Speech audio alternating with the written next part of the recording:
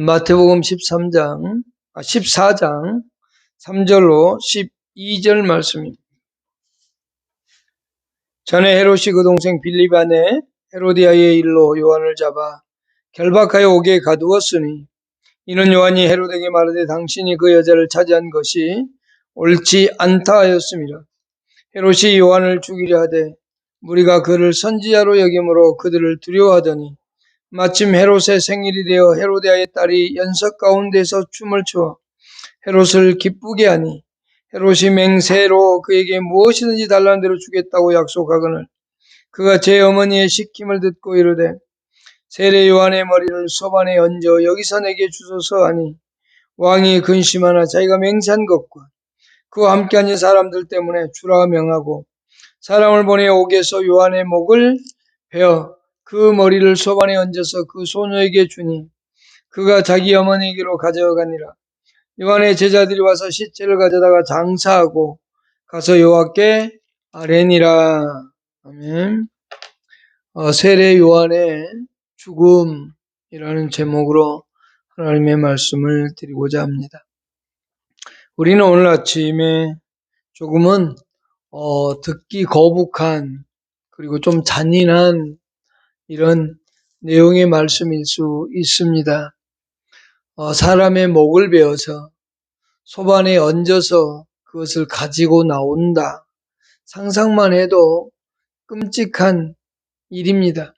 그것도 죄인도 아니고 하나님의 말씀을 전하는 하나님의 사람을 그렇게 목을 베어서 소반에 담아서 그리고 들고 나온다는 것, 그것을 또 요구하는 사람이 있다는 것, 그리고 그 요구를 들어주었다는 것. 어쨌든 사람이 죽는다라고 하는 것, 죽임을 당한다라고 하는 것은 좀 슬프고 힘든 그런 사건이기도 합니다. 오늘 아침 우리는 이 마태복음 14장에서 세례 요한의 죽음에 대하여 살펴볼 수 있습니다. 그런데 1절과 2절에 보면 헤롯이 지금 이 3절과 4절 이후의 내용이 회고하고 있는 겁니다.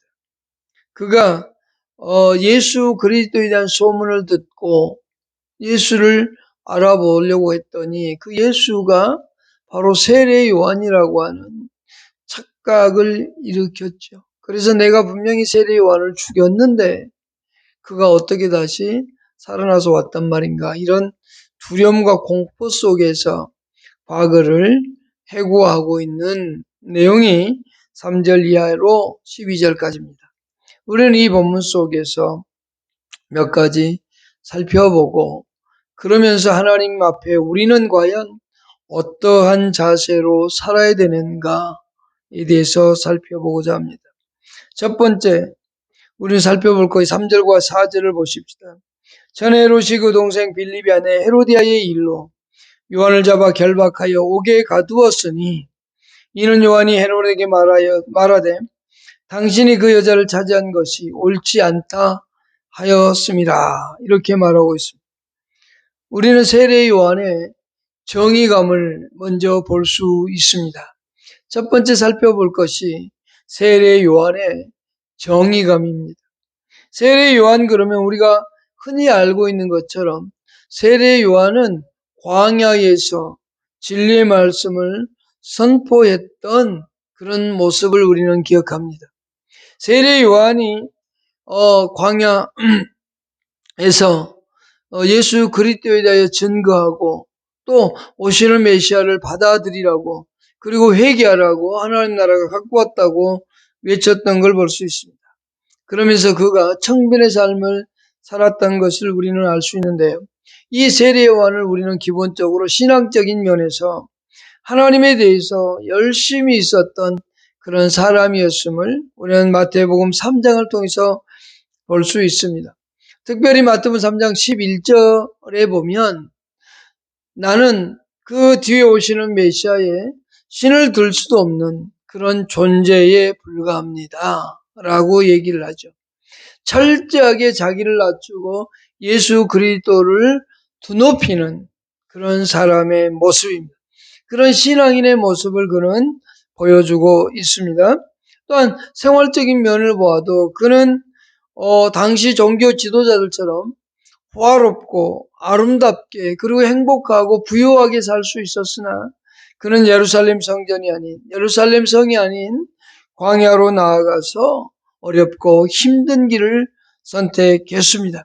그는 만일 예루살렘에 있어서 당시 종교 지도자들처럼 그가 만일 그런 삶을 살았다면 호화롭게 살 수 있었을 겁니다. 아름다운 옷을 입고 맛있는 음식에 그러면서 남들로부터 존경과 칭찬을 듣는 어떤 그런 삶을 살 수 있었을 겁니다. 그러나 그는 그렇게 하지 않았습니다. 그는 깨끗하고 청빈의 삶을 살았습니다. 광야에서 약대 털옷을 입고 가죽들을 띠고 메뚜기와 석청을 먹으면서 아주 청빈의 삶을 살았던 그런 선지자의 모습을 우리는 세례 요한하면 기억하고 있습니다. 그런데 오늘 세례 요한의 모습 속에서 좀 더 다른 모습을 볼 수 있습니다. 세례 요한의 다른 모습은 뭐냐면 불의에 대한 정의감이 그에게 넘치고 있음을 볼 수 있습니다. 그는 불의와 부정에 대해서 침묵하지 않았습니다. 분봉왕 헤롯은 로마의 권력 밑에서 민족을 배반하고 또 정치적인 야망을 어떻게 보면 성취한 사람이라고 볼 수 있습니다. 그의 권력은 나라의 절반이라도 자기 마음대로 주겠다고 하는 걸 보면 그 권력이 얼마나 큰지 알 수 있습니다. 또한 그는 사람들을 자기 마음대로 체포하고 죽일 수도 있는 그런 권력을 가진 독재자였음을 볼 수 있고요. 도덕적으로는 아주 파렴치한 사람임을 봅니다. 동생 아내 헤로디아를 빼앗아 자기 아내로 삼은 것이죠. 그리고 자기 동생과 자기 부인을 이제 쫓아버리는 그렇게 살았던 그런 왕의 모습입니다. 모든 사람들은 이 왕의 두려움, 이 왕이 잘못하고 있는 것을 다 알았습니다. 그러나 이 왕의 권세가 너무도 무서웠던 겁니다. 마음대로 잡아다가 가두기도 하고 죽이기도 하고 하는 이 독재 권력 앞에서 사람들은 침묵할 수밖에 없었다는 거죠. 근데 이 세례 요한은 그 권력자 앞에서 당당하게 자신의 할 얘기를 하고 있고 자신이 그들을 향해서 책망하고 있는 겁니다. 당신이 지금 아내를 취하고 있는 것은 잘못된 일이다 라고 말이죠. 아주 엄한 목소리로 그는 그렇게 책망하고 있고 혼을 내고 있는 모습을 봅니다. 그는 정의감이 있었던 겁니다. 많은 사람들이 틀렸는 줄 알면서도 말하지 못하는 세대, 분명히 불의가 있음에도 불구하고 그 불의를 향해서 말하지 못하는 세대, 그것은 예나 지금이나 거의 같습니다. 권력자들, 특히 독재를 행하는 사람들 앞에선 그들이 잘못했다고 말하지 못합니다. 말을 하면 오히려 우리가 손해가 가고 우리가 피해가 가기 때문에 더욱더 그렇습니다. 그러나 세례 요한은 그 두 부정과 부패, 불의에 대해서 침묵하지 않고 당당하게 외치는 정의감을 보여주고 있는 겁니다. 오늘 우리는 이 세상을 살아가면서 부정하고 또 부패하고 잘못된 부분을 보고 우리가 소리를 높이지 못할 때도 있습니다. 그러나 어떠한 사람들은 또 반대로 소리를 높이기도 합니다. 그러나 진정 그리스도인들이 소리를 높이기보단 그렇지 않는 일반 시민들이 소리를 더 높이는 걸 볼 수 있습니다. 오늘 세례 요한은 그 정의감에 의해서 불의와 부패와 부정에 대하여 소리를 내고 있는 겁니다. 침묵하지 않았다는 데 의의가 있다고 볼 수 있습니다. 자기에게 분명히 육체적 고난이 올 걸 알았을 겁니다. 감옥에 갇히거나 또는 죽을 줄도 알았을 겁니다. 그럼에도 불구하고 그는 외쳤던 걸 볼 수 있습니다. 자, 우리 그 부분은 뒤에 가서 조금 더 살펴보도록 하고요. 두 번째 생각할 것은 헤롯 집안의 범죄에 대해서 낱낱이 기록해 주고 있습니다. 여기 헤롯이 나오고 헤로디아가 나오고 살로메가 나옵니다. 헤로디아의 딸 살로메까지 3명을 살펴보도록 하겠습니다. 첫 번째, 헤롯의 범죄입니다. 헤롯은 주전 4세기부터 AD 39년까지 갈릴리와 베레아를 통치했던 분봉 왕이었습니다. 그리고 그의 아내는 아라비아의 아레아의 왕의 딸이었습니다. 그래서 그 왕의 딸을 취해서 아내로 삼았었죠. 그렇지만 동생 빌립의 아내인 헤로디아를 자기의 아내로 빼앗죠. 그래서 그 일로 인해서 이 헤로디아는 본국으로 돌아갑니다. 그랬더니 그 본국의 아레아 왕이 화가 났죠. 그래서 이 헤로디아 일로 인해서 아라비아와 유대가 이제 전쟁을 하게 됩니다. 그때 패전을 하게 되는데요. 로마의 간섭, 로마의 원정군에 의해서 겨우 이 헤롯은 구원을 받습니다. 그러니까 그는 그 자기 부인을 다른 동생의 부인을 빼앗아서 취함으로 인해서 나라가 전쟁까지 일어나는 그와 같은 일이 벌어졌던 겁니다. 여기서 우리 이제 헤롯의 죄를 낱낱이 한번 살펴보면 첫 번째, 부도덕한 죄입니다. 그것은 뭐냐면 동생의 아내를 빼앗았다는 것. 보통의 사람은 그렇게 할 수가 없지요. 이것은 사람으로서 옳지 못합니다. 두 번째는 율법을 어기고 중혼의 죄를 범한 겁니다. 두 아내를 두고 또 친족 간의 결혼을 함으로 인해서 율법을 어기게 됐다라는 겁니다. 세 번째는 양심의 소리를 무시한 겁니다. 세례 요한이 중언으로 그에게 간해했지만 양심의 소리를 그는 듣지 않았습니다. 이 세례 요한의 목소리에 침묵하고 들으려고 하지도 않았다는 겁니다. 경언망동의 죄입니다. 헤로디아의 딸 살로메가 춤을 추는데 너무 아름다운 겁니다.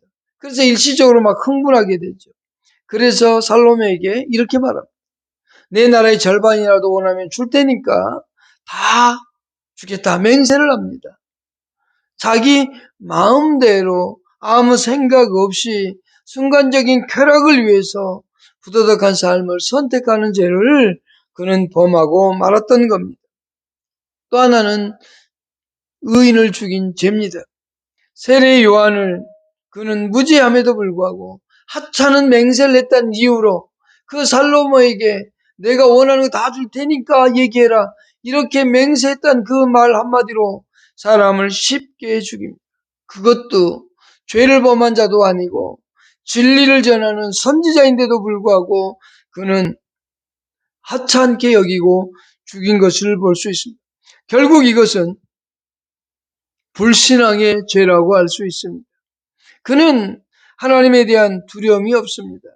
그는 부활을 믿기는 믿었습니다. 그러나 부활을 믿은 게 아니라 알았죠. 사람은 누구나 부활할 수 있다는 걸 알았습니다. 그러나 그것을 실천하지 않는, 결국은 그 부활이 있다는 걸 알면서도 따르지 않는 신앙을 가졌다고 볼 수 있겠죠. 이 세례 요한을 죽이면서 그는 하나님에 대한 두려움이나 하나님의 진리에 대하여 알고 실천하는 그와 같은 신앙은 없었습니다. 불신앙의 죄를 가졌고 하나님보다는 인간을 사랑하는 죄를 범하고 있는 걸 볼 수 있습니다. 우리는 하나님을 마음을 다하고 뜻을 다하고 온 마음과 뜻과 정성을 다하여 하나님을 사랑하러 하는 것이 성경의 계명이지만 이 헤롯은 그렇게 하지 않고 있습니다.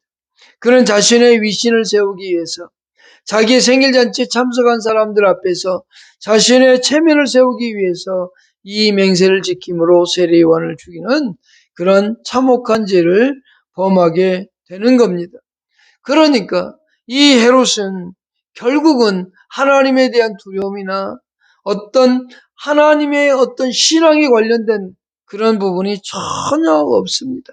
그는 오직 자신의 욕구와 만족과 쾌락을 추구하며 살고자 했던 사람이었음을 봅니다. 두 번째 헤로디아를 보십시다. 헤로디아는 헤롯의 아내가 되었습니다만 윤리적으로 품행이 방정치 못한 한 여자라고 볼 수 있죠. 어떻게 보면 권력에 욕심이 있고 탐욕이 있어서 자기 남편을 버리고 이 헤롯에게 왔다고 볼 수 있습니다. 또한 그는 세례 요한에 대한 증오와 복수심으로 가득한 여인이었습니다. 감히 나에게 결혼을 잘못했다고 책망을 해? 하면서 그를 언젠간 내가 권력을 잡았으니 언젠간 그를 복수하리라. 이 마음으로 늘 살았던, 복수에 대한 욕망이 가득했던, 그리고 세례 요한에 대한 증오가 가득했던 그런 사람입니다. 그러면서 세례 요한의 목을 구하여 죽이기까지 하는 여자입니다. 감히 어떻게 사람의 목을 달라고 요청할 수 있을까? 얼마나 악하면 사람의 목을, 사람을 그냥 죽이라고 하는 것도 아니고 죽여서 목을 갖다 달라. 여러분 한번 상상을 해보십시오. 사람을 죽여서 목을 베서 그 목만 가지고 와라고 하는 것. 아마 끔찍하고 섬뜩할 것 같습니다. 만일 그 모습을 소반에 담겨진 세례 요한의 얼굴을 본다면 몇 날 며칠 잠을 잘 수 없을 것 같습니다. 그러나 아마 이 헤로디아는 기쁨의 노래를 불렀을지도 모르겠습니다. 드디어 죽었구나. 드디어 내가 복수했구나라는 생각을 할 수도 있습니다. 자기의 권력을 위해서라면 딸까지도 범죄에 이용하는 악한 여자의 모습을 봅니다. 딸이 춤추게 하고 그 춤을 통해서 헤롯을 유혹하게 하고 그럼으로 인해서 그 딸을 통해서 딸에게 세례 요한의 목을 구하게 해서 결국은 딸마저도 범죄의 길에 빠지게 만드는 그런 여인의 모습을 봅니다. 세 번째는 헤로디아의 딸로서 살로메가 있습니다. 그는 당시 아마 16세에서 17세 정도의 소녀였을 겁니다. 그는 자기 어머니의 악한 일에 이용당한 한 여자에 불과합니다. 범죄의 동조자로서 그는 지금 등장하고 있는 걸 볼 수 있습니다. 자기 어머니의 범죄에 이용당한 딸이라고 할 수 있죠.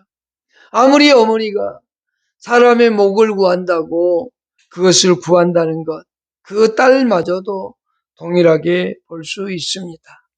이제 우리는 그게 세 번째로 살펴보십시다.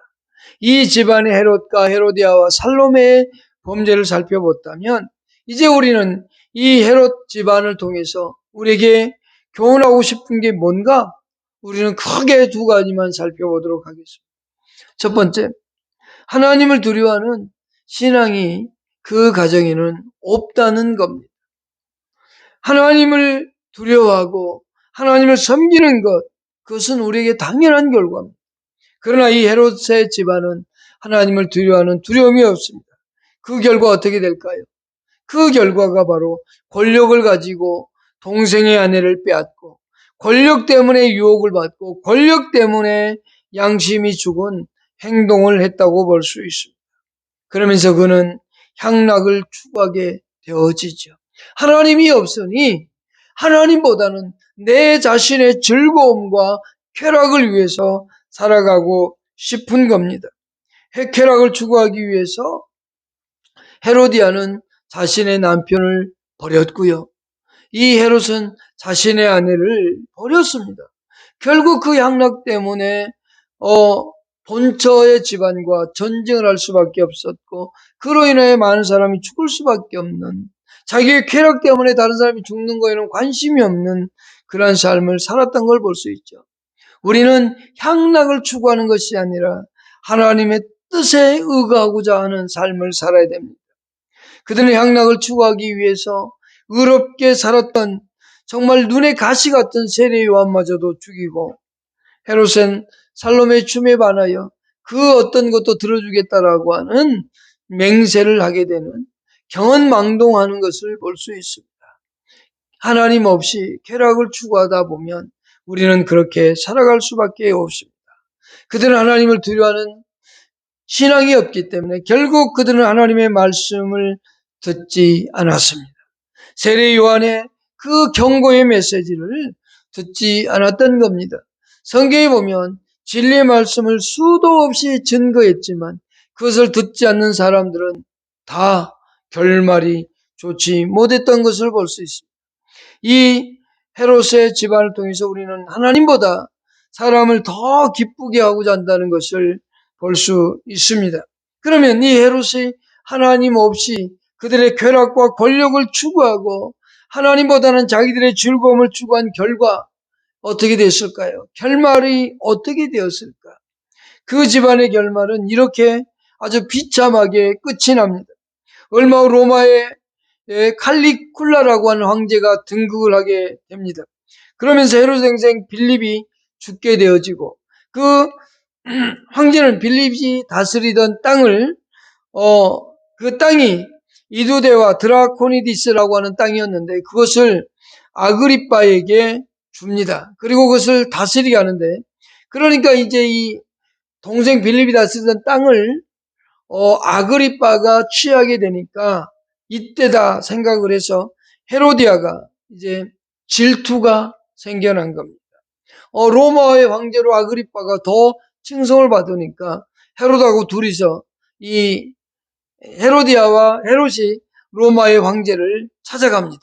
그래서 잘 설득하고 잘 교섭해서 더 큰 영예를 얻으려고 찾아갑니다.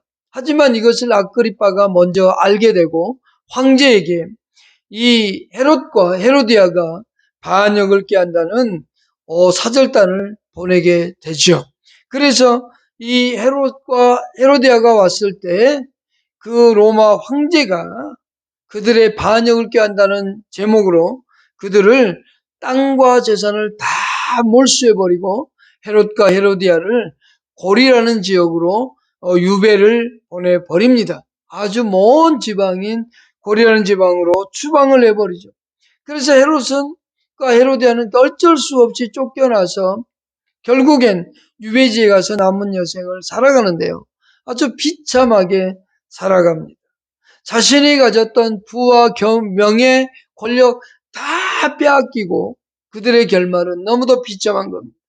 하나님은 언제나 죄값을 요구합니다.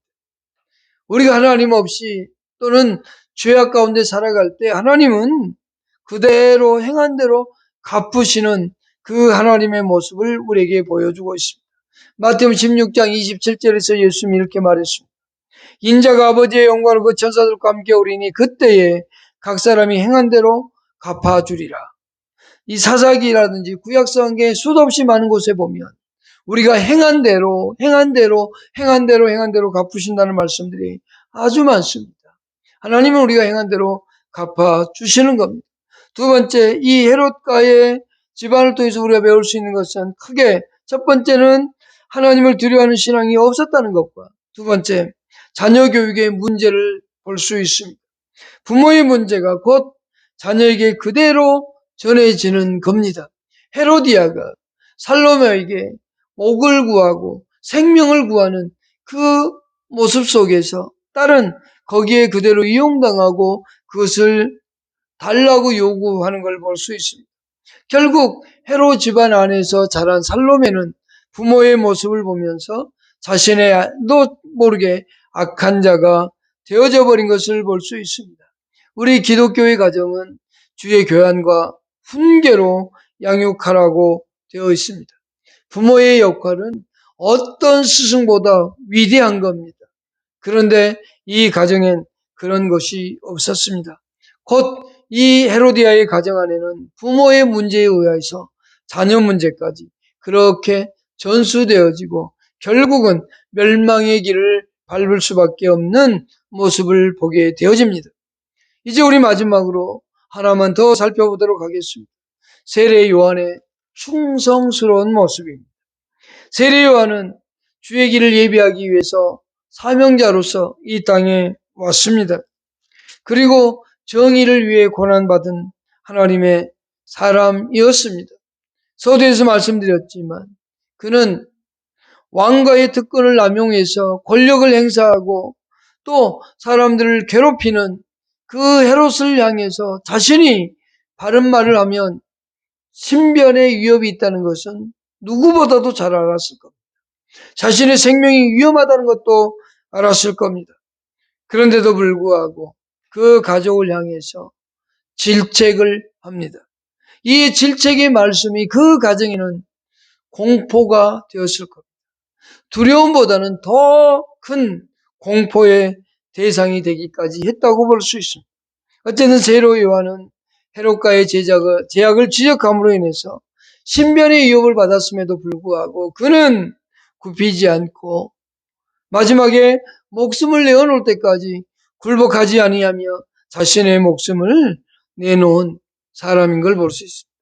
결국 이 세례 요한의 삶을 한마디로 정리하면 인간 중심의 삶이 아닌, 자신의 안위와 평안을 위한 삶이 아닌 하나님 중심의 삶이었다라고 말할 수 있습니다.